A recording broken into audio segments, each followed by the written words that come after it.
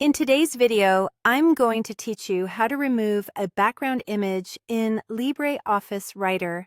Whether you're working on a formal document that needs a clean, professional look, or simply prefer a minimalist design, learning how to manage and edit background images can be a valuable tool in your document creation arsenal. Let's dive into the process with a step-by-step approach to ensure you get the desired result. To begin, let's open up LibreOffice Writer on your computer. You'll want to locate the LibreOffice icon on your desktop or navigation menu. Once you've found it, double-click it to launch the application. When the LibreOffice Start Center opens, you'll see a list of your recent documents, but our focus will be on the document that already contains the background image you wish to change. So go ahead and navigate to that specific file and open it so that you're all set to make the necessary adjustments. With the document open, the next important move is to check and assess the background image itself. Navigate your mouse to the top menu, often referred to as the menu bar, which houses multiple drop-down options. Look for and select Format, which is typically found next to other options like File and View. A drop-down menu will appear once you've clicked on Format.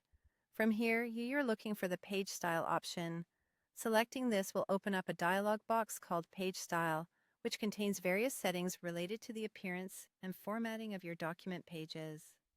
Now, in the Page Style dialog, you need to focus on the tabs available, specifically the Area tab.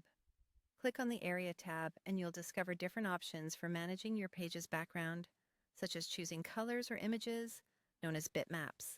If the current setting shows a bitmap or image selected, and you wish to change this, you will need to substitute it with None, or alternatively, choose a solid color for a simpler background.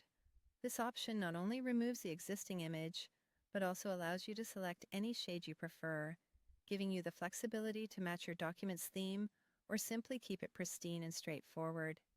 After you've successfully adjusted these settings, it is crucial to confirm and apply the changes. Look for the OK button, usually located at the bottom of the dialog box.